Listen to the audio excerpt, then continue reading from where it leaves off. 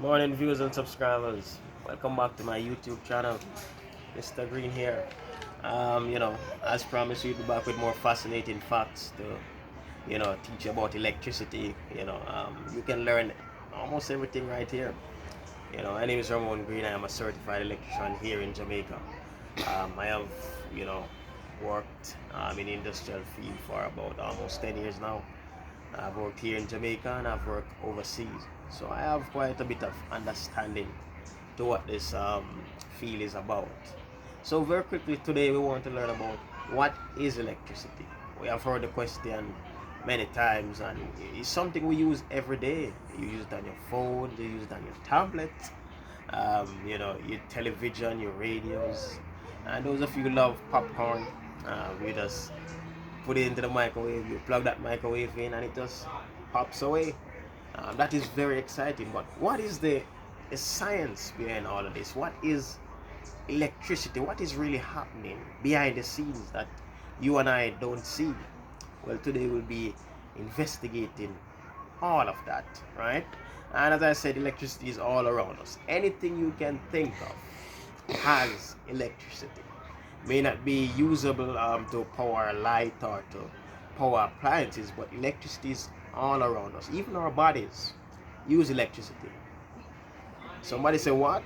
Yes, our bodies use electricity. Well, if you don't believe me, why do you need a pacemaker when you have a heart problem? A pacemaker uses battery, which is electricity. Why do you need what they call that thing in a hospital? You use the thing they use to, I think it's called a phleborator. They put it on your chest and it gives you electric charge and your body just jump right back into life. So yes, your body uses some amount of electricity. And somebody may ask a question, then if my body uses electricity, why do I get a electric shock? The reason being is because your body cannot handle certain amounts of electricity or certain kinds of electricity. You will learn more about that in videos to come. So today we want to ask a simple question. What is electricity? And we're going to investigate that really quick. So to understand electricity, we're going to take a little step back to science class. We're going to go back to primary school a little bit to understand a certain fundamental concept or basic concept of what is electricity. So I've drafted up everything on a little whiteboard I have here. So we're going to investigate it on the right side of the board. Okay? I'm sure we want to get the camera properly so you guys can see what is really happening. Now, I have three words on the first section of this board. Solid, liquid, and gas. Sounds familiar? Yes, it is. We learn about these three things in primary school, or some of you learned about it in the early stages of high school, right? A solid, liquid, and a gas is known as the three states of matter. Correct? Am I incorrect? I'm correct. So they're known as the three states of matter, right? So I'm just saying this to say that these three states of matter, they are responsible for everything that exists in planet Earth. Everything that is made, everything that is created by God Himself or made by man is made from either solid, a liquid, and a gas, right? Either it's made from a solid only or it's made from a combination of the three or a combination of the two. But they are the basic, yes, they are the basic fundamentals of our society. So, have you seen it written on the board? Listen what I've written. These three states of matter are used, I left out the R here, but they are used to create what is known as an element, right? So anything these three states of matter create, they are known as elements, right? So whether you create a metal, you you have a gas like oxygen. Even oxygen we breathe is known as an element. Okay, so that is basic science class to what we are trying to move towards. Okay, so we're going to focus on the word element for a short time. Element. Okay, so an element is anything that is made from a solid, liquid, or gas or combination of the three, or two of them, or any two of them. You understand? So it is anything that is made from these three states of matter. Now, within an element, viewers and subscribers, within an element, so within an element, viewers and subscribers, within an element, we have what is known as an atom. Okay, an atom, and I'm sure that word sounds familiar to you also. This word right here, an atom. Okay, now an atom is the smallest particle of any element, whether it's copper, whether it's aluminum, whether it's board, anything in the world. An atom is basically the basic building stones of any element. It is very small. Nobody cannot see it with the naked eye. So any element is made up of millions. Millions are numbers that are undetermined of atoms, right? So the atoms live inside the elements, and an atom has unique principle, depends on the type of element they are making. So whether it's copper or board, anything at all, it has a unique principle to the type of element, and I'm going to show you right now. I'm going to show you this right now. Okay, so I'm going to draw a little section of an atom for you to understand. Now, an atom is made up of three basic things. You have what is known as protons, right?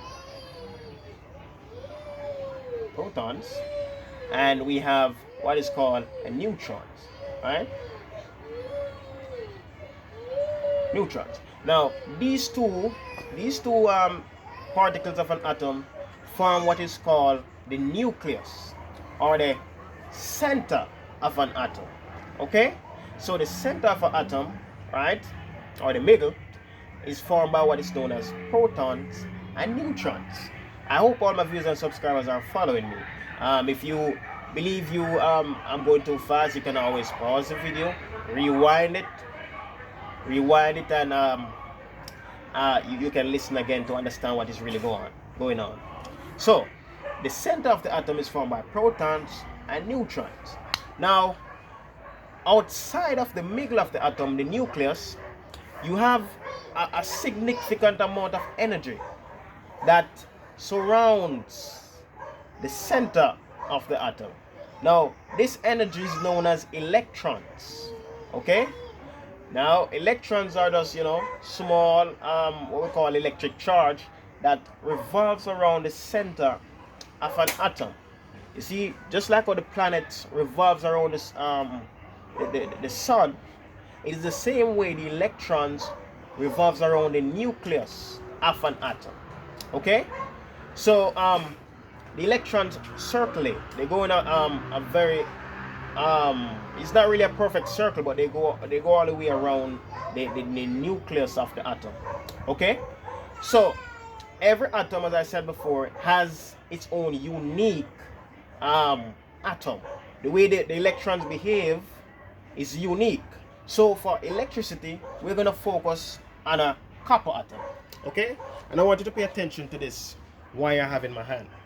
Now, this wire looks familiar to everybody, because I can guarantee you every house in the world, once you are properly wired electrically, you have use of these kind of wire.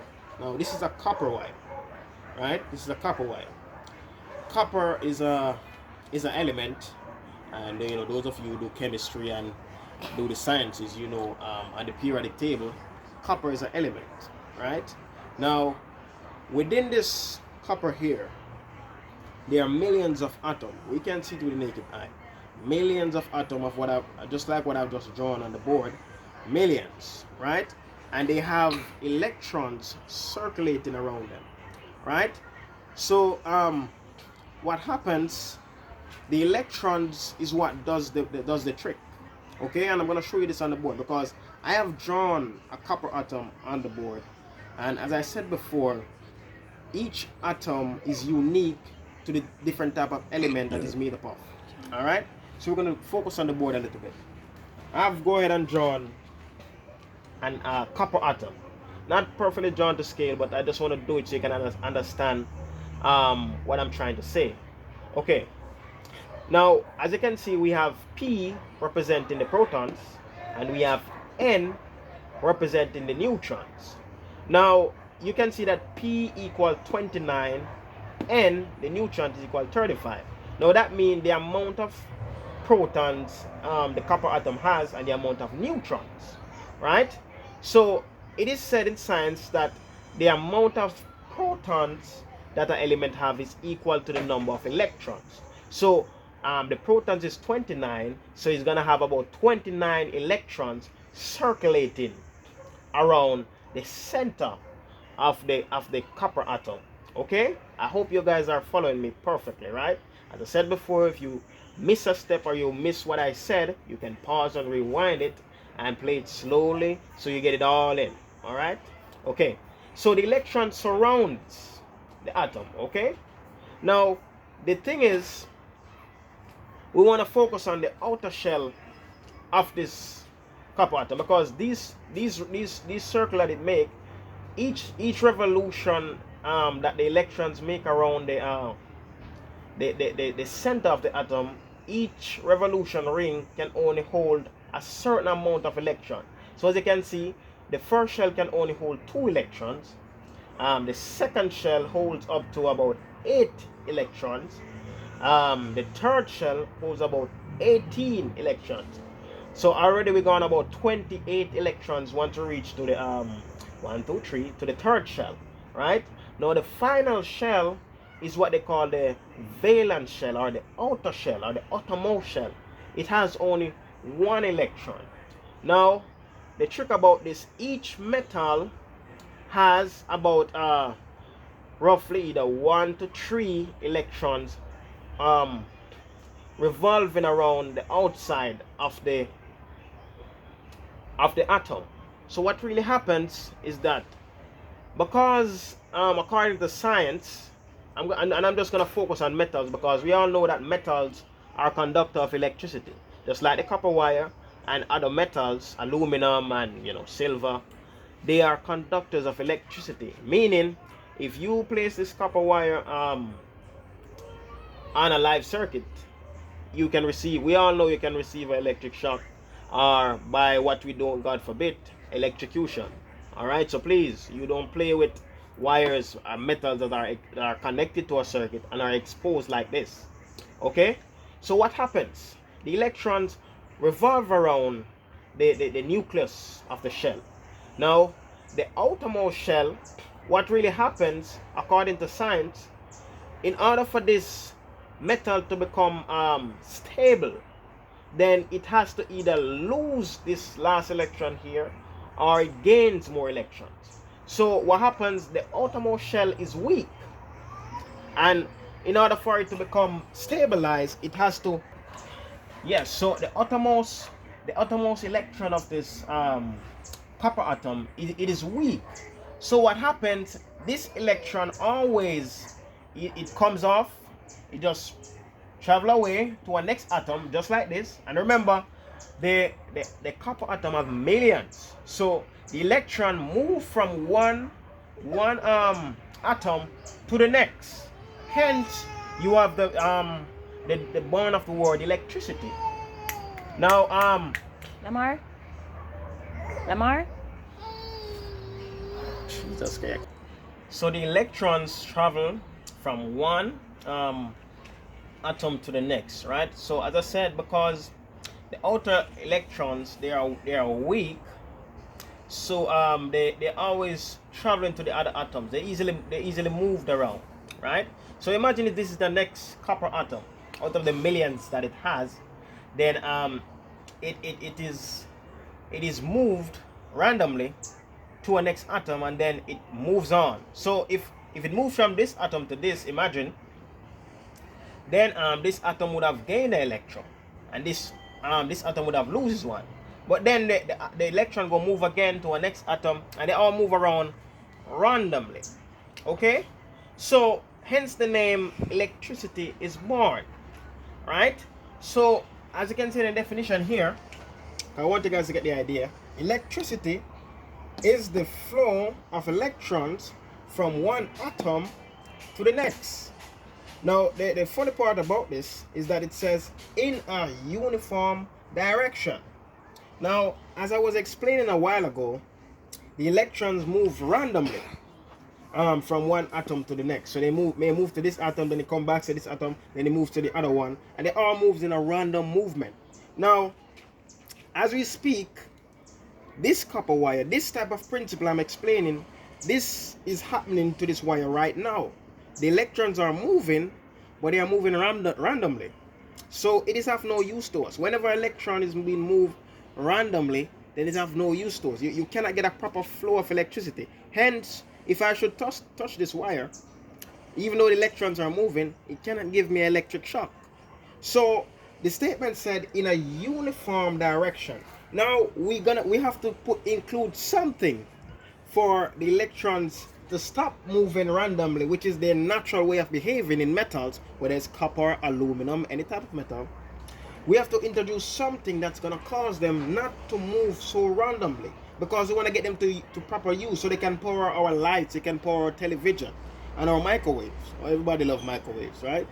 So we have to include something in the mix. So I made a next statement to say the electrons are pushed by a force called voltage. This I have it in red right here. Voltage. Okay? So voltage is an electrical force, right?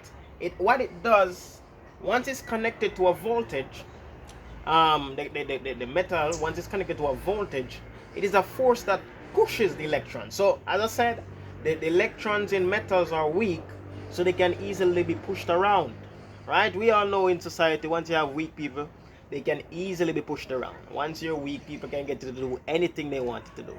And it's the same principle with a weak atom, right? An atom with weak electrons. So we apply a voltage, and how we get the voltage is when we connect it to our, like, your socket outlet at home, or a battery or whatever. So if I should connect this this copper wire to a socket outlet, I just place it in there like this. I would cut it in two, place it in there. If I should touch the live end, then because the electrons are now being pushed by a voltage, if I place my hand on it, then I can receive an electric shock, because now the electrons are moving in a uniform direction. They are moving from either positive to negative or negative to positive, right? So they are now moving in a uniform direction. Hence now it become usable. It start to make sense, and then now it can power our lights and any electrical appliances, depending on the type of voltage it's rated for or whatever. It now can power our appliances. So I'm gonna do a little replica of this on the board of this copper wire now. So imagine this is the copper wire. These are the electrons, right? When it is connected to a voltage, you connect it to your plug, right? Now the electrons are being pushed now from that voltage. It is now being pushed along, and it goes into your say for instance this is your television, right? Goes into your television, then it comes out of your television, goes back into the voltage source.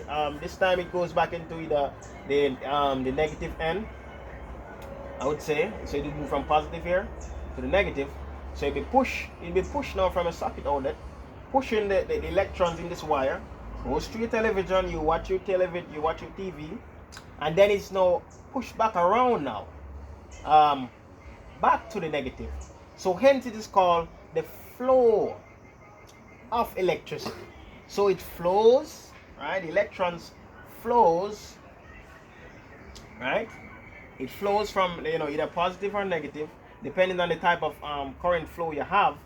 Then it flows, but in this case I would just say positive to negative, right? It can be the other way around, depending on the type of current that is applied, or the type of principle that is applied to the circuit. We get to that in the next video, right?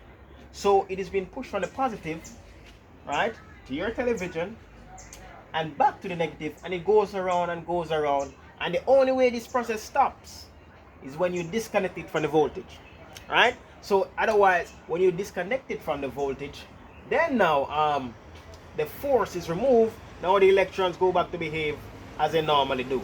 So once you unplugged it, then your TV would turn off because it is of no use to the television now, because the electrons are just moving randomly. They are not moving in a uniform direction.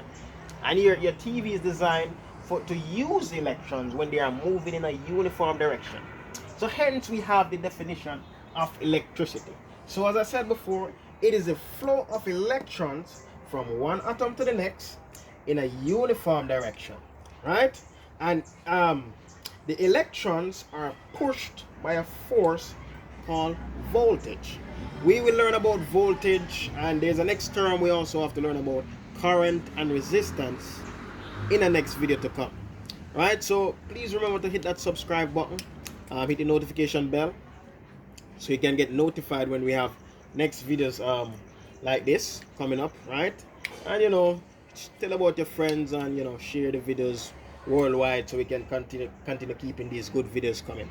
I do hope this video helps. If you like it, give us a thumbs up, and leave a comment to let us know what you think about this video. So I'm Ramon Green. Thanks for tuning into my YouTube channel, and I do hope to post more exciting videos like this, and there's more to come. So have a good morning. Enjoy the rest of your day.